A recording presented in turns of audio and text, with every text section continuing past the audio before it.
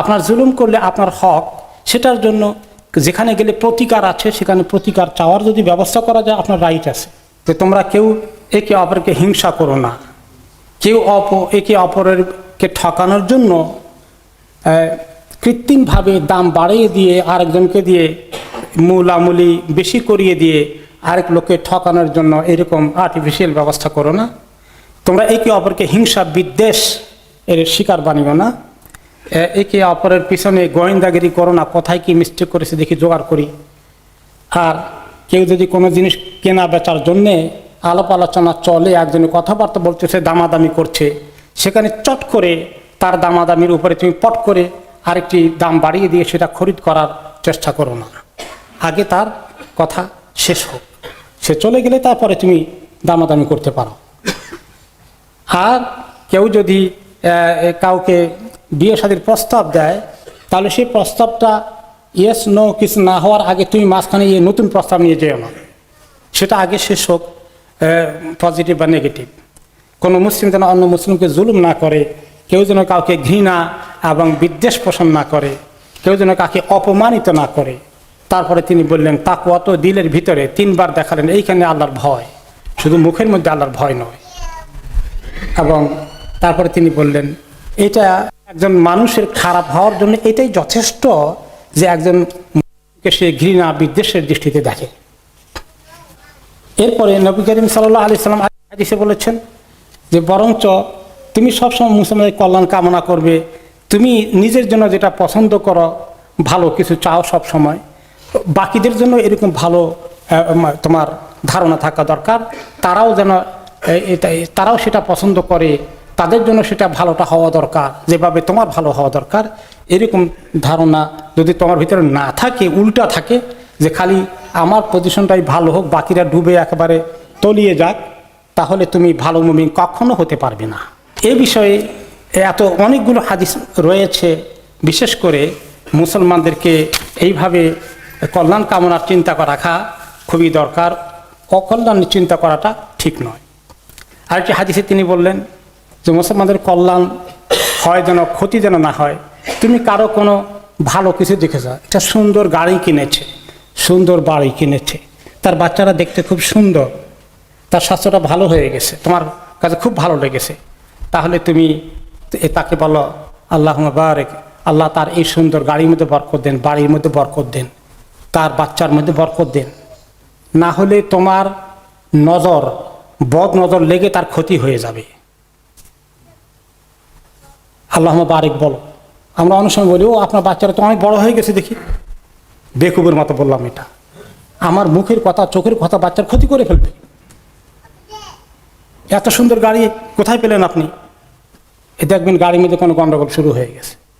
এগুলো সব হাদিসের কথা।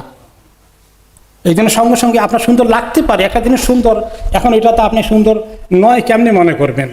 তাহলে আপনার নিজের ক্ষতি থেকে বাঁচার জন্য তাদেরকে আপনি সঙ্গে সঙ্গে বলেন আল্লাহুম্মা বারিক, আল্লাহ তাকে বরকত দান করেন। তাহলে মোটামুটি আপনার চোখের নজর থেকে, ক্ষতি থেকে আল্লাহ তাআলা তাকে বাঁচিয়ে দিবেন। হাদিসে এসেছে মানুষ চোখ লাগে আল আইনু হক, এটা হক, এই ক্ষতি করে আল্লাহ তাআলার সৃষ্টির মধ্যে আল্লাহ এইভাবে রাখছেন। নিজের সন্তানকে দেখে যে খুব খুশি লাগে, মাশাআল্লাহ বড় হয়ে যাচ্ছে, নাদুর সুন্দর চেহারা আপনার কাছে, সে ভালো করে খাওয়া দাওয়া করছে, আপনি তখনও বলবেন আল্লাহুম্মা বারিক, না হলে ক্ষতি হয়ে যাবে আপনার বাচ্চার। অনেক সময় আমাদের মা বোনেরা দেখেন যে ছোটো বাচ্চাকে দুধ খাওয়ায়, ভালোই দুধ খাচ্ছে, আরেকজনের বাচ্চা মোটেই দুধ খায় না। এখন বলে আচ্ছা আপনার বাচ্চা তো ভালোই খায় দেখলাম, আমার বাচ্চাতে কিচ্ছু খাওয়াইতে পারি না, এ লেগে গেল, আপনার বাচ্চার এই শুরু হয়ে যাবে গন্ডগোল। এখন তাহলে কি বলতে হবে? আল্লাহুম্মা বারিক। নিজেও বলতে হবে, নিজে কিছু দেখলে সুন্দর, আল্লাহুম্মা বারিক। তাহলে ক্ষতি থেকে একে অপরকে কিভাবে বাঁচাবো, সেই জন্য নবী করিম সাল্লাল্লাহু আলাইহি ওয়াসাল্লাম আমাদেরকে অনেক সুন্দর সুন্দর উপদেশ দিলেন। এমনকি একটা হাদিসে তিনি বললেন যে তোমাদের যদি কেউ কারো কাছে পরামর্শ চায়, তাহলে তাকে তুমি ভালো পরামর্শ দিও, এবং ভালো পরামর্শ দিবা, তুমি কোনো উল্টা পরামর্শ দিও না। কারণ কারো কাছে কেউ পরামর্শ চাইলে সে একটা আমানত হয়ে গেল তার কাছে। সঠিক পরামর্শ না দিয়া বলে যে এই সঙ্গে তো আমার দুশ্মনী ছিল, আজকে একটা তারে উল্টা পাল্টা বুদ্ধি দেওয়ার সুযোগ পেয়েছি, তারে দিলাম উল্টা পাল্টা বুদ্ধি একটা। জেনে শুনে তার ক্ষতি করার জন্যে, তাহলে এটা আমি খেয়ানত করলাম। হাদিসে তিনি বলেছেন যার কাছে পরামর্শ চায় সে তাকে ভালো পরামর্শ দেবে, উল্টা পরামর্শ দিলে এটা খেয়ানত হয়ে যাবে। এই যে জুলুমের কথা এসেছে, একে অপরকে কষ্ট দেওয়ার কথা এসেছে, যদি কোনো সময় এমন হয় যে কেউ আমাকে কষ্ট দিয়েছে, আমার উপর জুলুম করেছে, এখন আমি জুলুমের প্রতিকারের জন্য কি করব? তা আপনার জুলুম করলে আপনার হক, সেটার জন্য যেখানে গেলে প্রতিকার আছে সেখানে প্রতিকার চাওয়ার যদি ব্যবস্থা করা যায় আপনার রাইট আছে। যেখানে বিচার চাওয়া যায় বিচার চান, আপনার রাইট আছে। আর যদি বিচার পাওয়া যাবে না, শুধু তাকে অপদস্থ করে একটু আমার সান্ত্বনা পাওয়া যাবে, এর মধ্যে খায়ের নাই। বরঞ্চ আপনি মাজলুম যদি মনে করেন নিজেকে, আর সে যদি জালিম হয়, তাহলে আপনার অবস্থা আল্লাহর কাছে অনেক উঁচুতে আসে, আর জালিমের অবস্থা অনেক নিচে আসে। এই জালিম আপনার সব কিছু আখেরাতে আপনাকে দিতে বাধ্য হবে, এমন দেওয়া দিবে আপনি খুশি হয়ে যাবেন, এই দুঃখ থাকবে না। এখন আপনি সেটা না করে তাকে অপমান কিভাবে করা যায় এটার জন্য আপনি যখন সারা দুনিয়াব্যাপী ছড়িয়ে দেন, তখন আপনি কি আর আখেরাতে সেটা পাবেন? তো দুনিয়াতে একটু সুখ ভোগ করেন কতক্ষণ, দেখি কত মজা লাগে আপনার, কিন্তু আপনি যদি সবর করতেন তাহলে আখেরাতে আপনি অনেক বড় ধনী হয়ে যেতেন। আসলে শয়তান আমাদের নফসে ধোঁকা দেয়, ধোঁকা দিয়ে আমাদেরকে এত ক্ষতিগ্রস্ত করে যে আমরা সুযোগ এসেছিল অনেক কিছু পাওয়ার, কিন্তু সেই সুযোগটাকে আমি একেবারেই নষ্ট করে দিয়ে দিলাম। রাসূলুল্লাহ সাল্লাল্লাহু আলাইহি ওয়াসাল্লাম বলেছেন এইভাবে, এখন কাউকে আপনি দেখলেন যে ক্ষতি করেছে আপনার, তাকে যদ্দূর পারা যায় তাকে আমরা কি করি, বুঝাই, ব্যক্তিগতভাবে সুযোগ গ্রহণ করি, কাউকে দিয়ে নসিহত করার তাকে দিয়ে নসিহত করাই।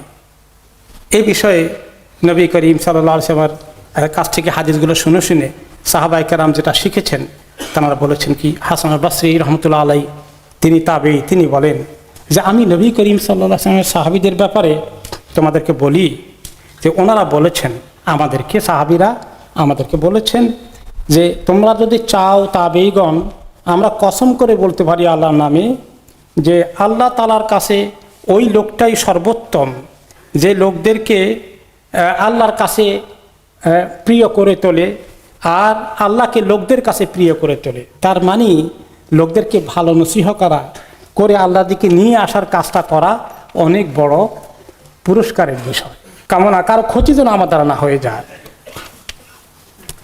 এই জন্য ফদল ইবনে আয়াদ রহমতুল্লাহ আলাইহি বলেছেন, শোনো, আমরা আমাদের সময়ে যাদেরকে নেককার পেয়েছি, আল্লাহর কাছে নৈকট্য অর্জন করেছে শুধু নামাজ, রোজা, নফল ইবাদতের মাধ্যমে নয়, বরঞ্চ বড় মনের অন্তরের পরিচয় দিয়ে। মনটা বড় স্বার্থপর হয়নি এবং তাদের অন্তরে মুসলমানদের ব্যাপারে ঘৃণা বিদ্বেষ ছিল না, এবং তারা উম্মতের সবার যেন কল্যাণ চেয়েছে, কারো ক্ষতি তারা চায়নি। এই কারণে তারা আল্লাহর নৈকট্য অর্জন করেছে। আল্লাহ তাআলা আমাদেরকে সেই তৌফিক দান করুন।